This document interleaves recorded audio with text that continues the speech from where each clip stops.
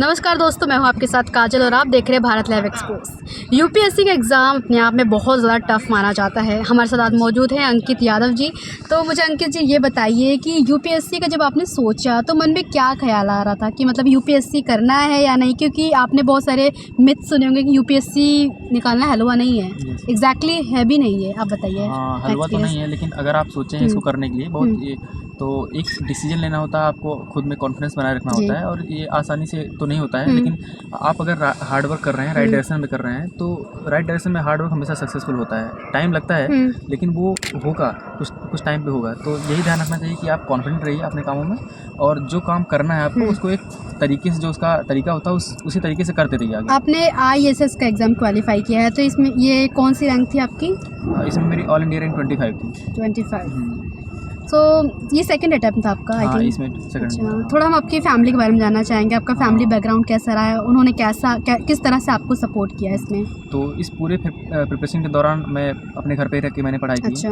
तो ये समझ लीजिए कि माता पिता और भाई बहन का बहुत ज़्यादा सपोर्ट रहा। उनके सपोर्ट के बिना मुझे नहीं लगता कि ये हो सकता था, क्योंकि ना मुझे खाना बनाना पड़ता था, ना कुछ करना पड़ता था, सब कुछ ईजिली मिलता था।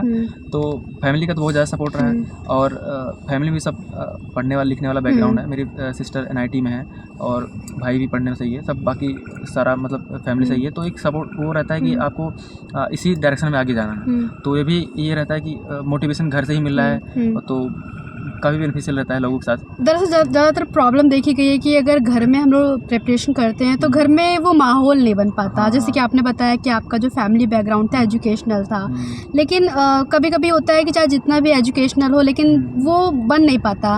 लोग बाहर जाते हैं तो जिनके पास स्पेस नहीं होता घर में, तो क्या उन्हें बाहर जाके प्रिपरेशन करनी चाहिए कि या फिर अपने घर में ही उन्हें ऐसा स्पेस डेवलप करना चाहिए? बताइए। वो तो आपके ऊपर डिपेंड करता है कि अगर आप को कंफर्टेबल नहीं है तो आप बाहर जा सकते हैं पढ़ने के लिए। लेकिन मैं तो अपने आप को बहुत लकी समझता हूँ कि मैं घर पे रहा, पढ़ा और सबके साथ ही मेरी सब कुछ मतलब मेरा सिलेक्शन हुआ।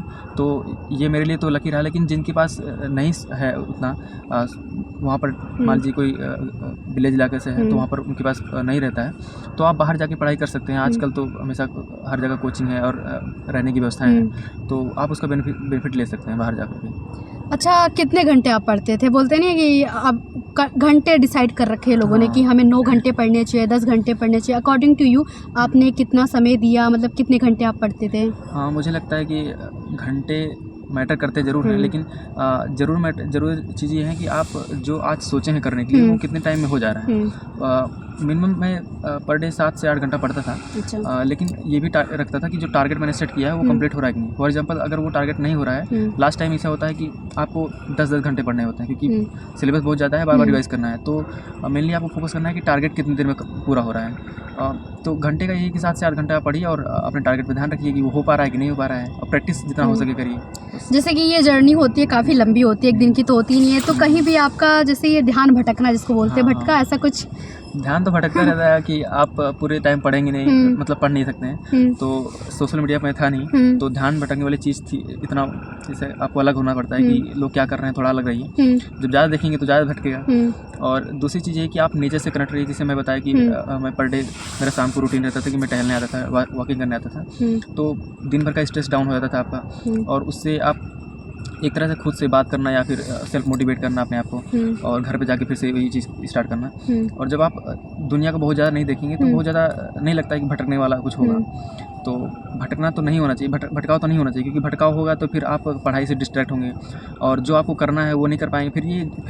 फिर 2 अटेम्प्ट क्या 4 अटेम्प्ट लगेंगे उसमें। अच्छा, इस तैयारी में आप थोड़ा सा भी बोर फील किए कि नहीं करेंगे, या फिर एंजॉय किया आपने इसको? हाँ, मुझे लगता है कि मैंने बहुत एंजॉय किया इस फेज़ को, पूरे फेज़ को एंजॉय किया, क्योंकि अगर टाइम लगता तो शायद बोर फील करता, क्योंकि 1 साल और लगता है, 2 साल और लगते हैं तो फिर और बोर होता है कि ये हो नहीं रहा है और इतना टफ है, और प्रेशर भी बढ़ता है। जैसे जैसे आपकी उम्र बढ़ती जाती है आपको प्रेशर आता है कि फैमिली का प्रेशर रहता है, और लोग आगे बढ़ रहे हैं, आप पीछे वही प्रिपरेशन कर रहे हैं। अच्छा, लड़कों के साथ ज़्यादा आई थिंक होता है। ऐसा होता ही है, सब लड़कों के साथ भी होता है, लड़कियों के साथ भी होता है, सबके लिए होता है, क्योंकि आप कब तक 2 साल 3 साल कब तक बैठे रहेंगे कमरे में बैठते रहेंगे। तो वो रहता है कि कुछ अलग किया जाए।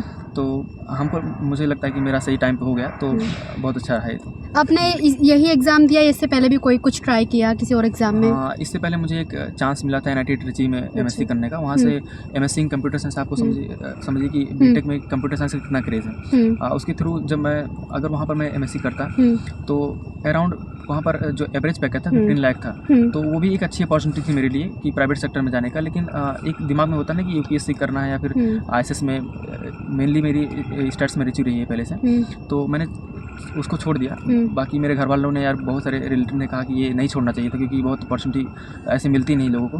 तो मुझे लगता है कि आपको अपने डिसीजन पे स्टिक रहना चाहिए। बीच बीच में कई बार हमको भी लगा कि मुझे छोड़ना नहीं चाहिए था, लेकिन अंततः आप सोचेंगे ना कि आपने जो छोड़ा है उसके लिए इसलिए छोड़ा है क्योंकि आपको कुछ अच्छा करना है, उससे बेहतर। कुल मिलाकर आपके जहन में यूपीएससी का क्यों आया कि मुझे यूपीएससी ही करना है? किसी से प्रेरणा मिली या फिर आप किसी से बहुत ज़्यादा इंस्पायर हुए?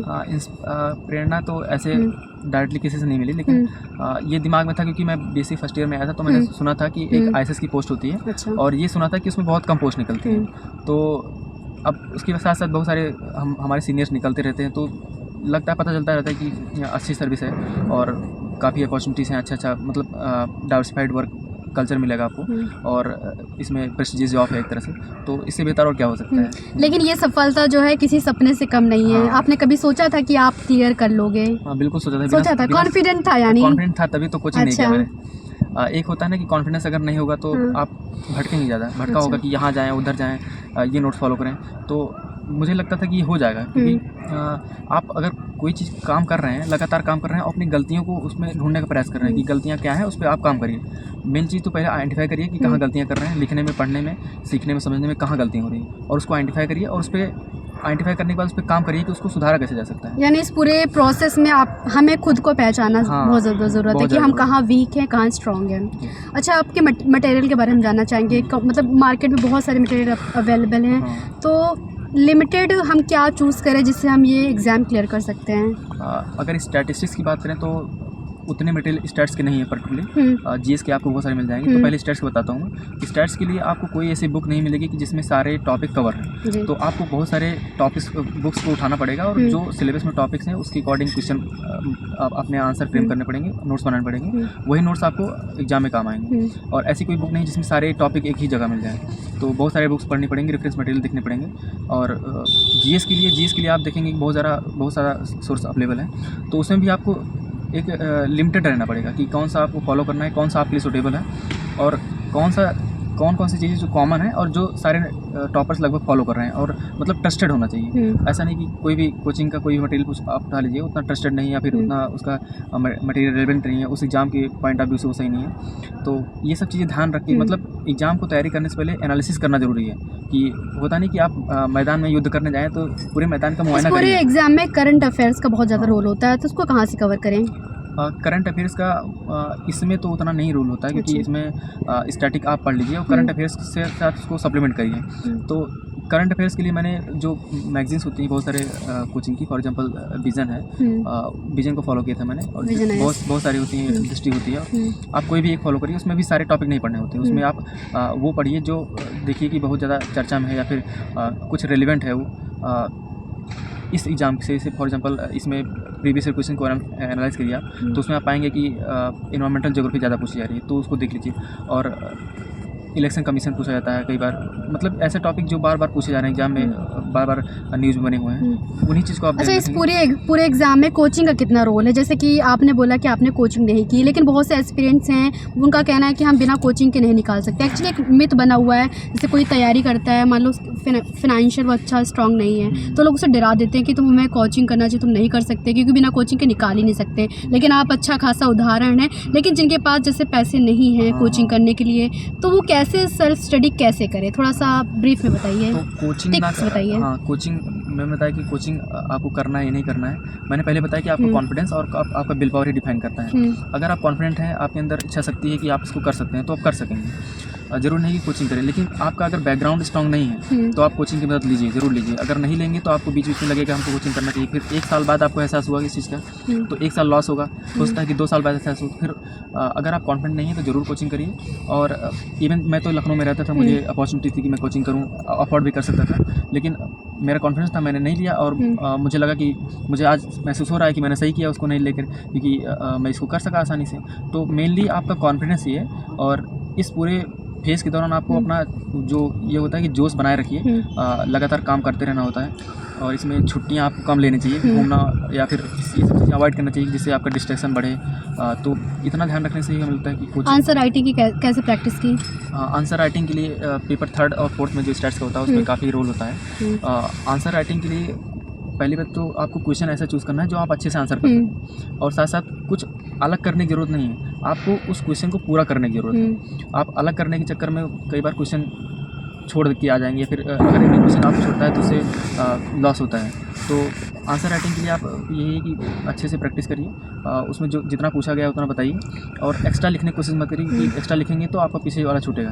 और आंसर राइटिंग की स्ट्रैटेजी बहुत होती है कि प्रेजेंटेशन मैटर करता है, और उसको इस तरह डायग्राम आई थिंक बहुत ज़्यादा मैटर करता है। डायग्राम तो स्टैट्स में उतना मैटर नहीं करेगा, लेकिन जीएस पेपर में प्रेजेंटेशन का मैटर रहता है, लेकिन जीएस का यहाँ पर उतना रोल नहीं है, काफ़ी रोल स्टैट्स का ही है। तो स्टैट्स में उतने डायग्राम है नहीं, और जो है स्टैट्स में आप ये देखिए कि जो फॉर्मूले जो यूज़ कर रहे हैं, जो डेरिवेशंस यूज़ कर रहे हैं, नोटेशंस जो यूज़ कर रहे हैं, वो वेल डिफाइन होने चाहिए। वो ऐसा नहीं हो कि कहीं से भी उठा के कोई स्टेप काट दिया और फिर आगे आपने पहुंचा दिया, तो फिर उसमें एग्जामिनर भी जानेगा कि वो कुछ गड़बड़ किए हैं और उसमें मार्क्स कटने के चांस रहेंगे। चलिए हम इंटरव्यू के बारे में पूछेंगे। जैसे इंटरव्यू वाला फेस आया आपके सामने, तो इंटरव्यू में मतलब कैसे एग्जामिनर थे? थोड़ा डर सा होता है, तो डर था आपके अंदर या फिर आप वहाँ पे भी कॉन्फिडेंट थे? नहीं, डर रहता है, बिल्कुल वहाँ पर डर रहता है, क्योंकि वो फेज़ एकदम अलग होती है। आप कितना भी कॉन्फिडेंट रहिए, अगर आप पहली बात तो आपको पढ़ के जाना होता है, जितना भी आप पढ़ के जाएंगे, जो भी स्टैट्स टॉपिक हैं, जो भी आप क्योंकि स्टैट्स कैसे रियल लाइफ में यूज हो रही है उसको आपको जान के गए हैं, थोड़ा बहुत कॉन्फिडेंस रहता है। लेकिन वहाँ जाने के बाद कॉन्फिडेंस आपको लो जरूर होगा, आप नर्वस जरूर होंगी। मैं भी नर्वस हुआ था।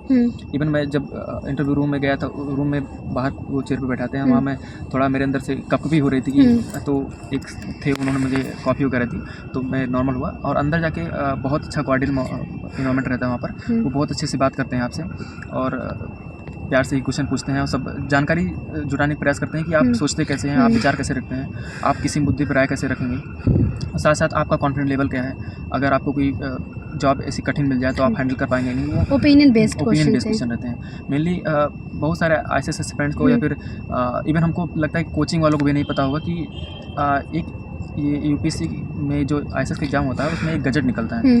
गजट में ही उनका एक वाइवा वाइस करके एक नोट होता है, उसमें लिखा है कि 6 पैरामीटर्स हैं, उसी के बेस पे वो इंटरव्यू लेते हैं। बहुत सारे कैंडिडेट को नहीं पता होगा इसके बारे में। तो मैंने पूरा रिसर्च करके, मतलब जब मुझे खुद से करना होता है, मैंने बताया ना कि मुझे अगर आपने सोचा है कि आपको यही सब कुछ करना है, तो कृष्ण भी आपको बनना है और अर्जुन भी आपको बनना है, समझाना भी सब प्री प्लानिंग, तो आप उसको जान जाएंगे कि करना कैसे है। तो वही है कि वहाँ से आपको 6 पैरामीटर्स दिए हैं जहाँ पे वो लोग क्वेश्चन करते हैं। जैसे फॉर एग्जांपल उसमें क्रिटिकल एनालिसिस ऑफ डिसीजन है, और बैलेंस डिसीजन है, अलर्टनेस ऑफ माइंड है, इस तरह करके 6 पैरामीटर्स हैं, कॉन्फिडेंस आपका चेक होगा। तो उन 6 पैरामीटर को आप देखिए कैसे हम आंसर कर सकते हैं, और उन्हीं आप अगर इंटरव्यू दे के आएंगे और आपको इन 6 पैरामीटर्स के बारे में पता रहेगा, तो आप एनालिसिस करेंगे तो आप पाएंगे कि वो 6 पैरामीटर कहीं ना कहीं उनके क्वेश्चन में रिलेट कर रहे हैं। चलिए ये बताइए, जब जिस दिन रिजल्ट आना था उस दिन क्या फीलिंग थी? डर था कि अंदर से फुल कॉन्फिडेंट उस वक्त भी मौजूद था आपका?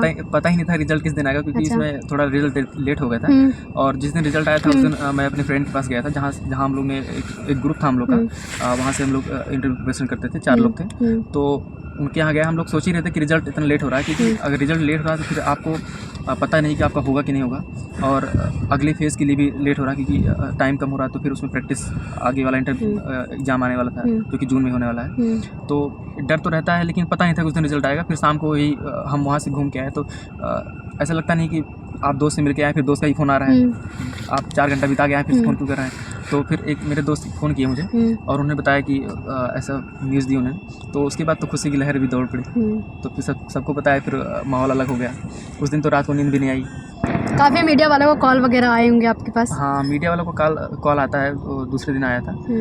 काफ़ी इंटरेक्शन होता है, पेपर वाले आते हैं, न्यूज़पेपर वाले पूछते हैं कैसे आपने पढ़ाई की, क्या किया, मतलब ये सब चीज़ें तो होती हैं। इस पूरी जर्नी ने आपकी पूरी लाइफ चेंज कर दी? हाँ, बिल्कुल चेंज करेगी, क्योंकि सोचिए कि एक ऐसा फेज़ होता है कि आपको कोई नहीं जानता होता है, लेकिन एक रिजल्ट के आने के बाद बहुत सारे लोग आपको जानते हैं, और आपके प्रति लोगों की नज़रिया और सोच, मतलब बहुत अलग से आत्मीयता बढ़ जाती है लोगों की आपके प्रति।